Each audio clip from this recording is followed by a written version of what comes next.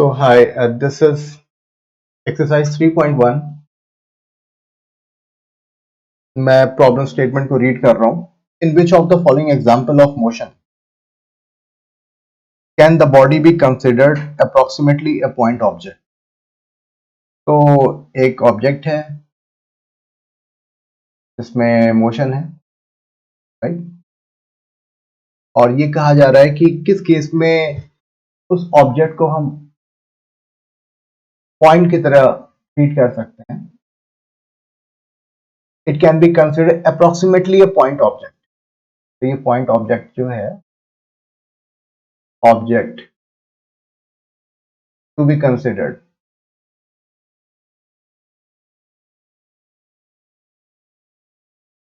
तो ऐसा तभी होता है जब इसकी जो डिस्प्लेसमेंट है, जितना डिस्प्लेस हो रहा है या फिर कवर कर रहा है ये, उसके रिस्पेक्ट में उसकी जो साइज है वो बहुत बिल्कुल नेग्लिजिबल हो.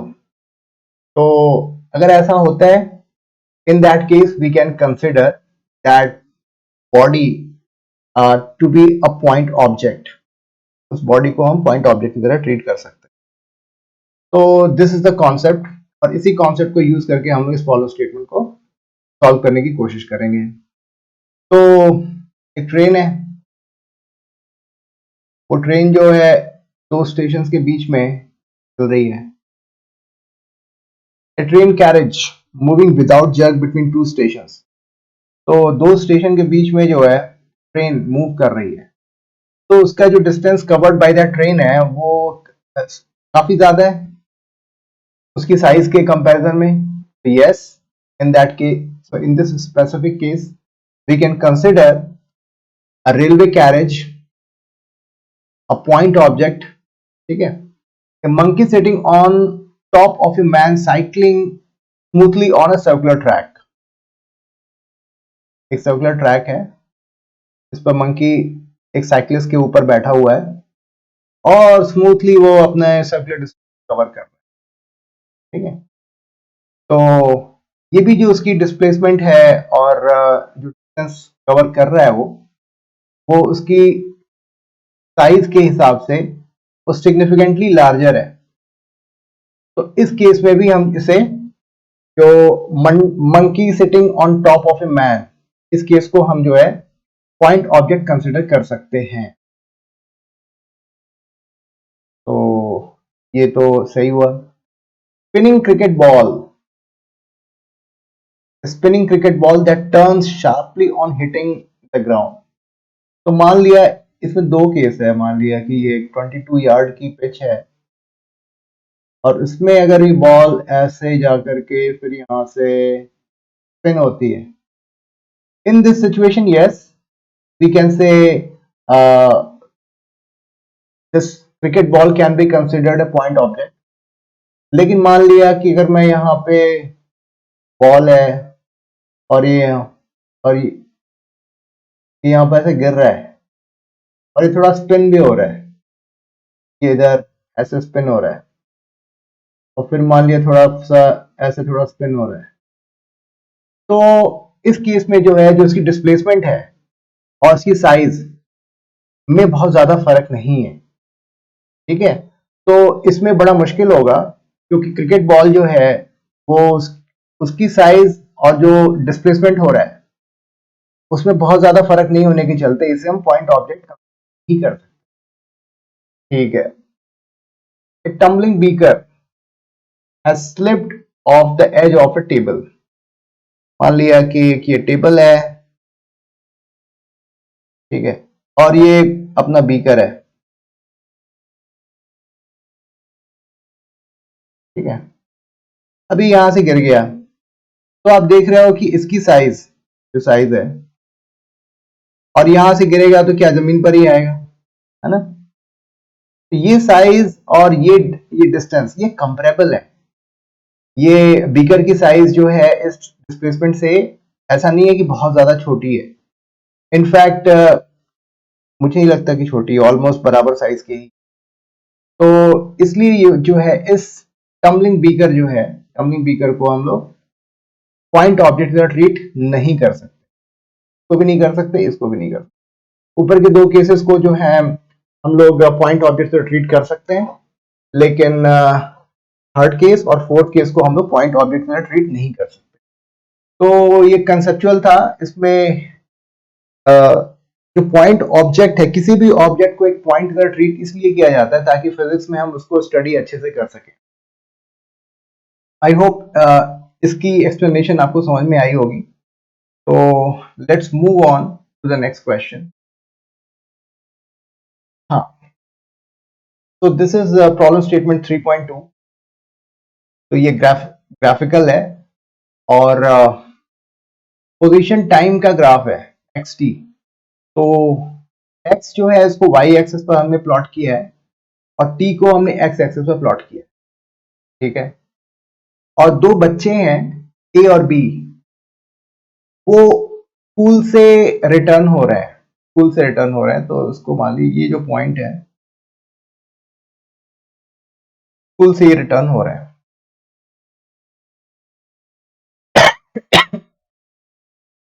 और उनका ए और बी, तो पी जो है age home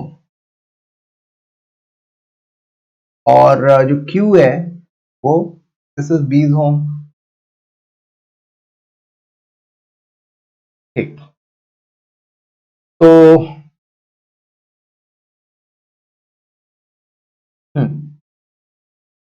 choose the correct entries in the bracket below. A lives closer to the school than B, या फिर B lives closer to the school than A। ये दो में से कौन सा विकल्प सही है उसके बारे में हमें सेलेक्ट करना है। तो पहले पार्ट को ही फोकस करते हैं। आप ये देखो, ये स्कूल है O पॉइंट O और P जो है A का घर है। तो डेफिनेटली देख के समझ में आ रहा है कि अगर ये मेरा 0 0 है और यहाँ पर ये मोमेंट है जब ए यहाँ से मूव करना शुरू कर रहा है, ठीक है। तो ये तो टाइम एक्स एक्सिस पर हम टाइम को प्लॉट करेंगे और ए के थोड़ी देर के बाद, कुछ समय के बाद स्कूल से बी अपनी जर्नी स्टार्ट करता है। ये बात आपको समझ में आ रही है? तो उस केस में आप देखो, स्कूल ओ पॉइंट से पी की डिस्टेंस जो है वो कम है और ओ से क्यू की डिस्टेंस जो है वो ज्यादा है। तो इसका मतलब क्या होता है? OQ is greater then OP। तो OQ है क्या? बीज होम की डिस्टेंस जो है स्कूल से, और OP क्या है? एज होम, ठीक है।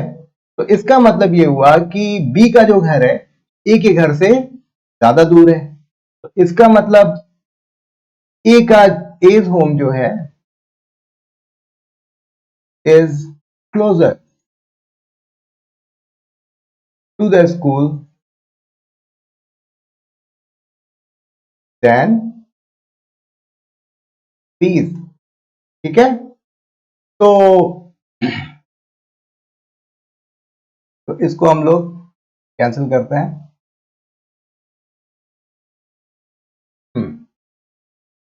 ठीक है, ये फर्स्ट पार्ट हम लोगों ने कंप्लीट कर लिया। A lives closer to the school than B, तो ये पहले स्टेटमेंट को हमने करेक्ट कर लिया है। A starts from school earlier than B, या फिर B starts from school earlier than A, ठीक है। इसमें से दो स्टेटमेंट्स में से कौन सा स्टेटमेंट सही है ये हमें पता लगाना है। तो इस ग्राफ में सीधे सीधे क्लियर है कि ए कब शुरू कर रहा है। हमारे कन्वीनियंस के हिसाब से जो हमने ग्राफ बनाया उसमें t इज इक्वल टू 0 पर ए स्टार्ट कर रहा है और बी जो है यहां पर t is equal to let's say t 10 minutes 15 minutes whatever it is, लेकिन कुछ ना कुछ, and where t is greater than 0। तो बी ने बाद में स्टार्ट किया, ठीक। तो इसका मतलब ये हुआ कि A starts from school earlier than B. ठीक है, इस तरीके से हमने सेकेंड स्टेटमेंट को कंप्लीट कर लिया। A walks faster than B और B walks faster than A, ये दो स्टेटमेंट्स हैं, इसमें से कौन सा सही है हमें देखना है। तो गाइस आप ये देखो कि डिस्टेंस और टाइम का जो ग्राफ होता है उसमें जो हम स्ट्रेट लाइन ड्रॉ करते हैं, तो जिस ग्राफ का स्लोप ज्यादा होता है, जिस ग्राफ का स्लोप ज्यादा हो, स्लोप का मतलब क्या हुआ कि rate of change of distance with respect to time T, ठीक है, कुछ ऐसा, ठीक है। तो ये इसको स्लोप कहते हैं, और ये जो स्लोप है इसे हमने एक टर्म के में डिफाइन किया हुआ है, इट इज द वेलोसिटी। तो जिसका स्लोप ज्यादा होगा, जिसका स्लोप ज्यादा होगा उसकी वेलोसिटी ज्यादा होगी। अब ये देखो, इसका ये एंगल जो है और ये एंगल, ठीक है, जिसका एंगल ज्यादा होगा उसका स्लोप भी ज्यादा होगा। इसका मतलब ये है कि slope of B is greater than slope of A। इसका मतलब ये हुआ कि velocity of B is greater than velocity of A, ठीक है। तो B, इसको अपन काटेंगे यहां से और ये पोर्शन कटना, B walks faster than A, ये हमने कंप्लीट कर लिया। A and B reach home at the same time। तो गाइज आप ये देखो, ये यहां पर कब पहुंच रहे हैं भाई साहब, इस टाइम पर पहुंच रहे हैं, ओके। और ये मिस्टर ए कब पहुंच रहे हैं, यहां पे पहुंच रहे हैं। आई होप मैंने स्ट्रेट लाइन ड्रॉ की है, हल्का फुल्का एरर हो सकता है। तो इसका मतलब ये हुआ कि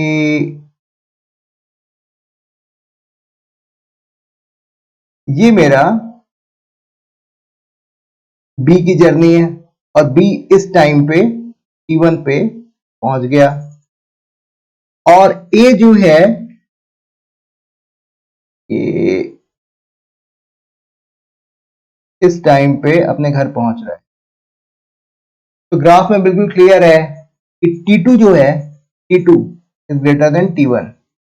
तो इसका मतलब ए जो है, A and B reach home at different time, और ए जो है बाद में पहुंचता है और बी पहले पहुंच जाता है। इस क्वेश्चन में आपने देखा होगा कि बी जो है ए के बाद में उसने स्कूल से स्टार्ट किया, लेकिन बी ए से पहले पहुंच जा रहा है घर।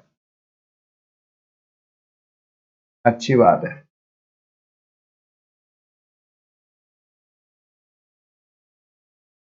ओके, आप ये देखो,